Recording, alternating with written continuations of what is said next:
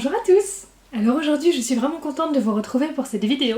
Je sais que plusieurs personnes m'avaient demandé des nouvelles de Tekoa, le cheval avec lequel j'avais travaillé pour mon mémoire. Je vous remets la vidéo évidemment en lien ici. Donc c'était un cheval renfermé sur lui-même, qui ne communiquait plus du tout avec l'extérieur, plus du tout avec l'humain. Même avec le troupeau c'était compliqué, il était complètement en marge des autres chevaux. Sur 2 mois, on a réussi à ouvrir cette communication.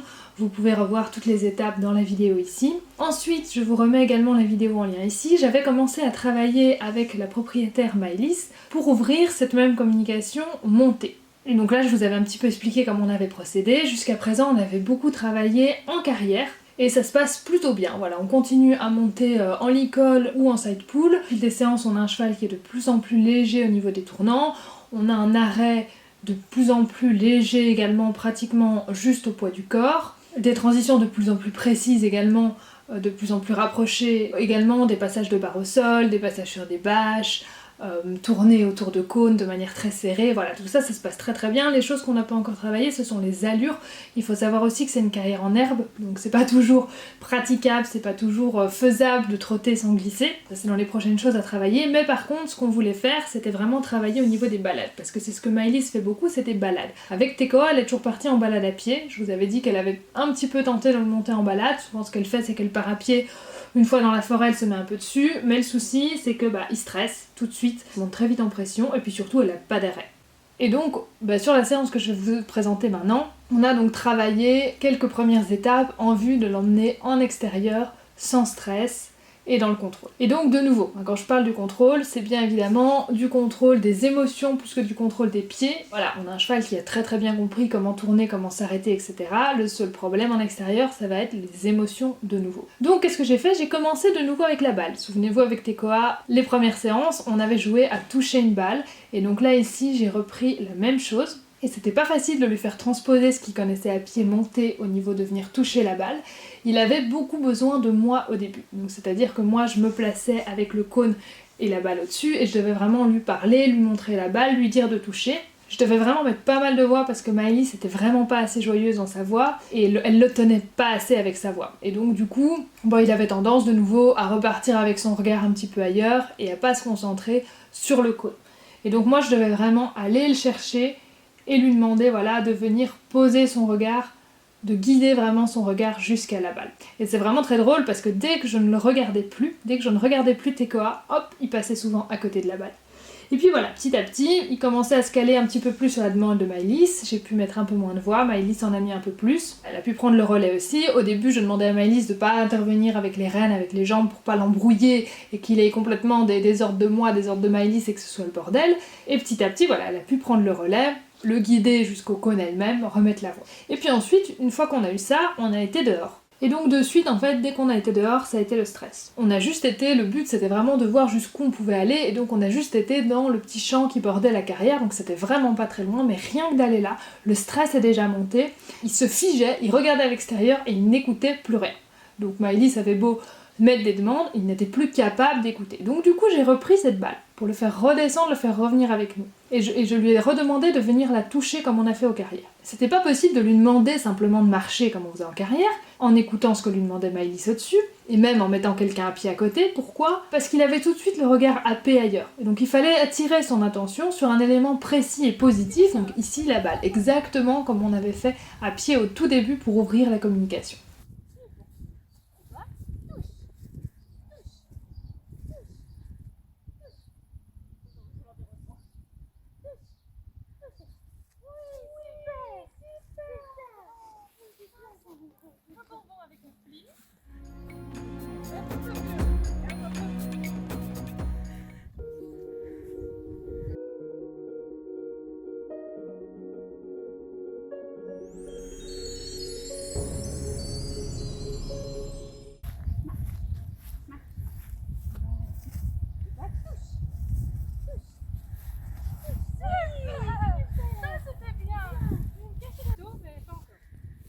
Et donc au début, il mettait beaucoup son focus sur moi, c'est vraiment moi qui le rassurais en tant que personne à pied avec la balle.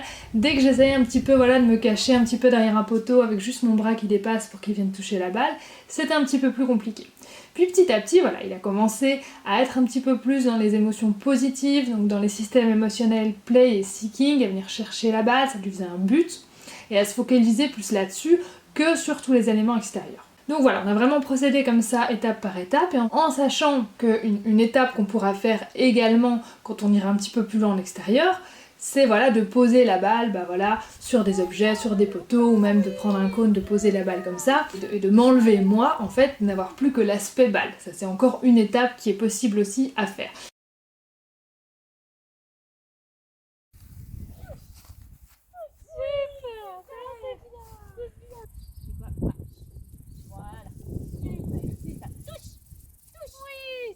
C'était beau, et là on avait un œil détendu. Ouais, ouais, ouais.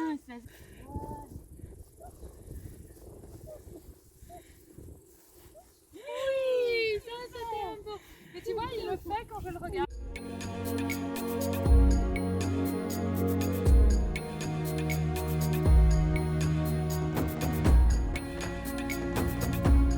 Mais ici, comme c'était pas mal, j'ai voulu proposer à Maëlys donc de commencer à marcher avec Tekoa sans plus se préoccuper de la balle. Mais le problème, c'est que Maëlys commençait à monter en pression. Et je voyais, elle se recroquevillait un petit peu sur sa selle, épaule en avant, et elle était tout le temps tendue sur ses rênes. Elle n'arrêtait pas en fait de demander à Tekoa de s'arrêter. Sauf que comme je vous dis toujours, un cheval qui stresse, au bout d'un moment, plus vous allez lui demander de s'arrêter, de ralentir, plus il va se dire on m'empêche de fuir, plus donc la tension va monter. Et donc plus il va vouloir passer au-dessus de la main. Donc c'est important de pouvoir le laisser marcher un petit peu et de pouvoir ensuite le tenir, comme je vous dis toujours, avec votre savoir-être, avec votre respiration, et de le faire redescendre comme ça dans le calme, en marchant dans le mouvement, en le focalisant sur autre chose, comme on a fait avec la balle ici.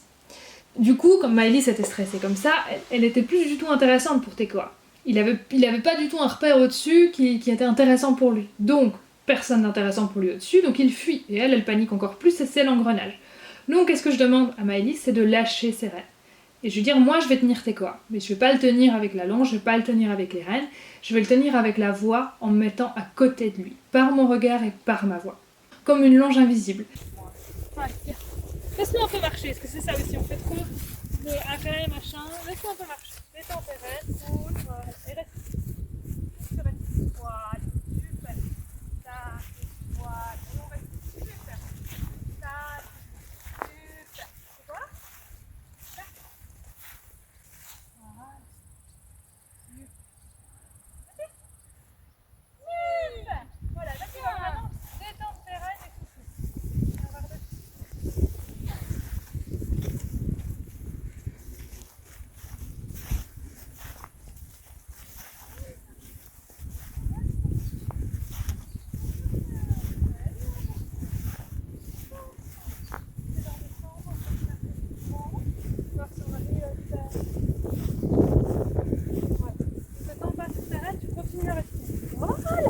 Super bien, voilà. Sans couper la croupe. Attention les pieds. Voilà, super, voilà. Très bien.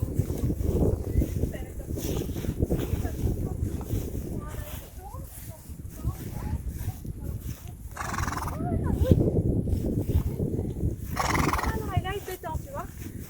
Voilà. Ah, c'est bien, oui, ça c'est broute. Ça c'est broute.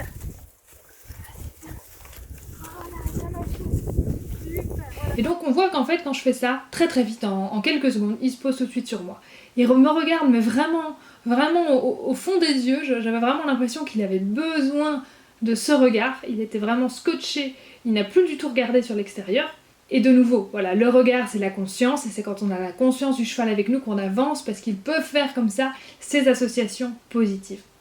Et donc du coup, qu'est-ce que je dis à Maëlys? Pendant que moi, je le fais marcher là dans l'endroit où il s'inquiète, que je lui parle, que je le tiens avec la voix, toi tu ne t'occupes de rien à part de souffler et de te détendre, de te concentrer sur ta respiration. Et donc comme elle n'avait vraiment que ça à faire, petit à petit elle a pu se détendre, et au moment où elle a vraiment profondément soufflé, on voit c'est fou parce que Tekoa souffle aussi et il se met à s'ébrouer. Et donc là elle dit ok c'est bon, on tient le bon bout. Et donc petit à petit pareil, toujours étape par étape, je dis ça va être à toi Maëlys de prendre ma place, de marcher seule dans cet endroit qui l'inquiète avec lui, toujours rênes longues, hein, surtout on ne reprend pas les rênes, et de faire comme moi, de le tenir avec la voix. En s'adressant à lui, évidemment. Pas juste, voilà, raconter des trucs comme ça en pensant à autre chose, non. En essayant vraiment de l'atteindre lui, aller le chercher. Et donc là, c'est comme ça qu'on a eu, bah voilà, la recette de la tarte aux pommes, que Maëlys m'a demandé, voilà, de ne pas mettre le son en entier, donc voilà, je n'ai pas mis le son en entier, mais voilà. En gros, vous avez le début ici, elle continue à le tenir avec la voix. Et du coup, bah, Tekoa s'est reposé sur lui. Super, ah, je suis là, et voilà, très bien, super mon grand, voilà. Et tu vois, on ne tourne pas, super, voilà, détends, oui, super. Ça fait tout, voilà, super, ça fait bien, voilà, très bien, si on tourne comme on fait tout à l'heure, voilà, ça c'est très bien, voilà mon grand, bien, voilà, super, ça c'est bien. On va le refaire encore une fois avec lui, et puis après toi tu vas tourner toute seule, moi je vais rester au milieu. Hein, c'est toujours pareil, rien de détendu. Et on souffle. Là mon grand, on souffle. Là, on avance. Déjà, on va plus vite que toi maintenant. Là, on bouge maintenant. On est cool. On est cool, il faut que tu nous racontes ta vie. Tu vas te tromper là. Voilà, tu nous racontes bien ta vie parce que là. Voilà, même tu vas la respirer. Voilà, regarde, super. Très bien. Voilà, super. Le regard est là, hein. C'est ça qui est fou. Hein. Voilà, ça ici.